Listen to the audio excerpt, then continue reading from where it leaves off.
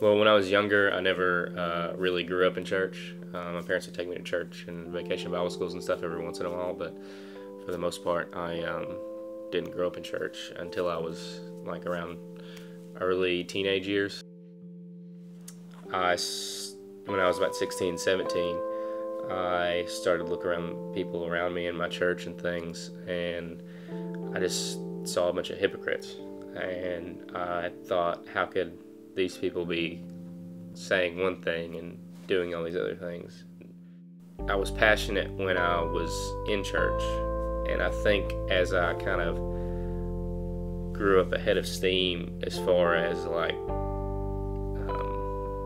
being critical of people in church, that I became equally as passionate about being against them. And so I started to be militant.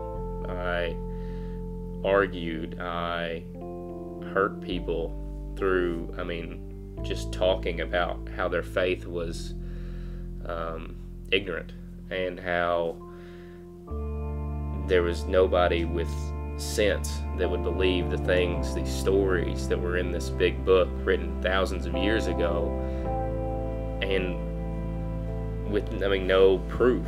And the thing that could only come back to is that I have faith that it's real, and that obviously wasn't going to suffice for me.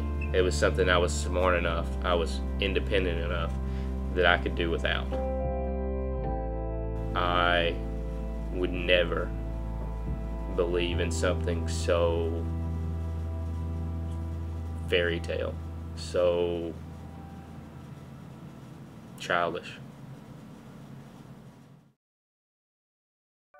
As I got a little older, I kind of realized that it wasn't beneficial to me or anybody to be so angry about things, and that I wanted to move my life in the right direction. I didn't think that I needed God still. Then I started dating Amanda, and I knew she was a person of faith, but I thought I could kind of get around that. I had been so against God for so long. How was I going to change? How was I going to forget those things or change my mind into believing in Him once again, and to having Christ in my life when I had done so much to push Him away? I was driving home from our house one night and did something I hadn't done in a very long time. I prayed, and I didn't think I was really deserving of it, and I didn't think I knew really how anymore. So I just kind of talked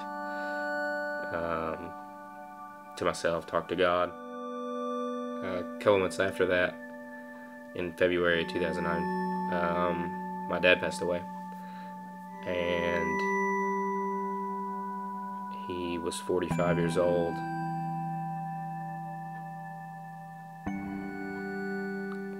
And nobody expected it.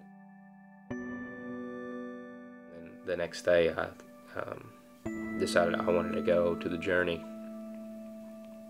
and I went in, and Matt's message that day started out with how your relationship with God is like your relationship with your Father, and that we are to Him like sons, and that we should always know that no matter what happens in our life, that He loves us and He's there for us.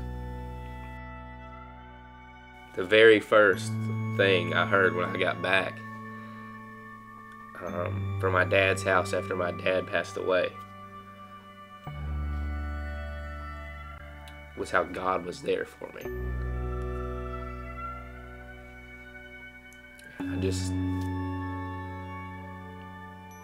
I couldn't deny Him anymore. He would always be there for me.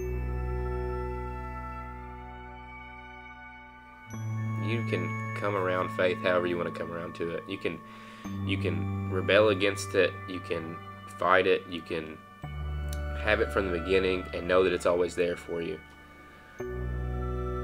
But if you want to live a life where you do good things, where you are a good person, where you can actually love another individual, you have to know what love is. And that's what God is, and that's who Jesus is. He loved us all. He loves us all. And you can't love without him.